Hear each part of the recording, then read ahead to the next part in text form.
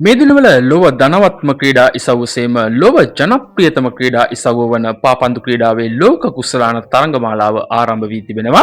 මේ වෙද්දී තරඟ කිහිපයක් පවත්වා තිබෙන අතර තරඟාවලියේ උණුසුම වැඩි කරවමින් තවත් තරඟයන් ඇරඹීමට නියමිතයි. රටවල් 48ක් සහභාගීත්වයෙන් ඇරඹී මෙවර පාපන්දු ලෝක කුසලානයේ පසුගිය දිනයන් තුල පැවති තරඟ ජයක් සමග එක් රටක් ලොව පුරා කාගේත්ම අවධානයට ලක් වූ රටක් බවට පත් වුණා. ඒ ලොව ඇති කුඩාම රටක් ලෙසින් සැලකෙන කුරසාවෝ නමින් හඳුන්වන නමුත් බොහෝ දෙනෙකු නොදත් කැරබියන් මුහුදු කලාපය තුළ පිහිටි අපූර්ව රටක් වර්ග කිලෝමීටර් 444ක ඉතා කුඩා භූමි ප්‍රමාණයක පිහිටා තිබෙන මෙම කුඩා රට තුළ ජීවත් වෙන ජනගහනය 1,58,665ක් තරම් කුඩා අගයක් ලෙසටයි සටහන් වෙන්නේ. අපේ රටේ කොළඹ දිස්ත්‍රික්කයට වර්ග කිලෝමීටර 642ක් අන්තර්ගතයි. ඒ වගේම කොළඹ දිස්ත්‍රික්කයේ ජනගහනය ලක්ෂ 6කට වඩා වැඩි අගයක්. එම උදාහරණය හොඳින් සංසන්දනය කර බලන්න කුරසාවෝ රට කොතරම් කුඩා රටක්ද කියලා. මේ රට තුළ සාමාන්‍ය භූගෝලීය පිහිටීමක් තමයි දක්නට ලැබෙන්නේ. කුරසාවෝ රට තුළ පිහිටි උසම ස්ථානයේ උස මුහුදු මට්ටමේ සිට මීටර 372ක්. එසේත් නැත්නම් අඩි වශයෙන් ගත්තොත් අඩි 1220ක් ලෙසටයි සඳහන් වෙන්නේ. අපේ රටේ සමනල කන්දේ උස මීටර 2243ක්. හිතන්න කුරසාවෝ උසම ස්ථානය කොතරම් පහත් බිමක්ද කියලා. අපේ සමනල කන්දත් එක්ක ගන්නකොට ඒ ඉතා කුඩා අගයක්. මේ රටේ නිල භාෂාව වෙන්නේ පැපියාමෙන්ටු භාෂාව. එසේම ලන්දේසි හා ඉංග්‍රීසි භාෂාවද ප්‍රධාන භාෂාවන් ලෙසින් භාවිතා වෙනවා.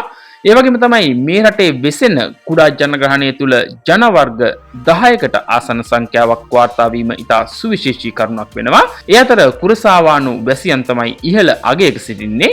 ලන්දේසි ඩොමිනික් හා කොලොම්බියානු ඇතුළු ජන වර්ගත් මේ රට තුළ ජීවත් වෙනවා. කුරසාවෝ රටවැසියන් බොහෝමයක් අදහන ආගම් වෙන්නේ ක්‍රිස්තියානි ආගම. එසේම හින්දු, මුස්ලිම් හා යුදෙව් භක්තිකයන්ද සුළු වශයෙන් එහි ජීවත් වෙනවා. මෙවර පාපන්දු ලෝක කුසලානය වෙනුවෙන් ඔවුන් කැපී පෙනෙන කණ්ඩායමක් ලෙසින් එකතු වෙද්දී ඔවුන්ගේ ප්‍රධානතම ක්‍රීඩා ඉසව්ව වෙන්නේ බේස්බෝල් ක්‍රීඩාව. ඔවුන් 2004 වසර තුළ බේස්බෝල් ලෝක ශෘතාවය හිමි කරගන්මින් බේස්බෝල් කිරුළ තම රටට අත්කර දීමට සමත් වෙලා තියෙනවා. ඉතින් කුරසාවෝ රට ගැන අවසන් වරට තවත් සුවිශේෂී විස්තරයක් මෙලෙස සඳහන් කරන්න කැමතියි. ඒ තමයි එම රට තුළ එක් වෘත්තියක් වෙනුවෙන් එලිමහන් නිවාසයක් තනා තිබෙනවා. ඒ වෘත්තිය තමයි ගණිකා වෘත්තිය. කොහොමුණත් එම රට තුළ වෙසෙන ජනයාට එම මධ්‍යස්ථානය තුළ තම සේවා සැපීම සම්පූර්ණයෙන්ම තහනම්. කෙසේ වෙතත් විදේශීය කාන්තාවන් හට తాවකාලික බලපත්‍රයක් ලබාගෙන එම සේවාව සැපීමට එම රජය මගින් අවස්ථාව ලබා දීලා තියෙනවා. සුවිශේෂිතම කරුණ වන්නේ එම රට තුළ ජීවත් වෙන පිරිමින් සඳහාද එම සේවාව සැපීමට අවස්ථාවක් ලබා දීමයි. ඉතින් මේ දිනවල උණුසුම් පාපන්දු ලෝක කුසලානයේ අමුතු කණ්ඩායමක් වන කුරසාවෝ රටේ අපූර්ව තොරතුරු එලෙසින් තමයි සටහන් වෙන්නේ. තවත් මෙවැනිම අපූර්ව ක්‍රීඩා තොරතුරු සමගින් නැවත හමු වීමේ බලාපොරොත්තුවෙන් සමුගන්නවා. නාලිකාව සබ්ස්ක්‍රයිබ් කරන්න. සුබ දවසක් ඔයාලා හැමෝටම.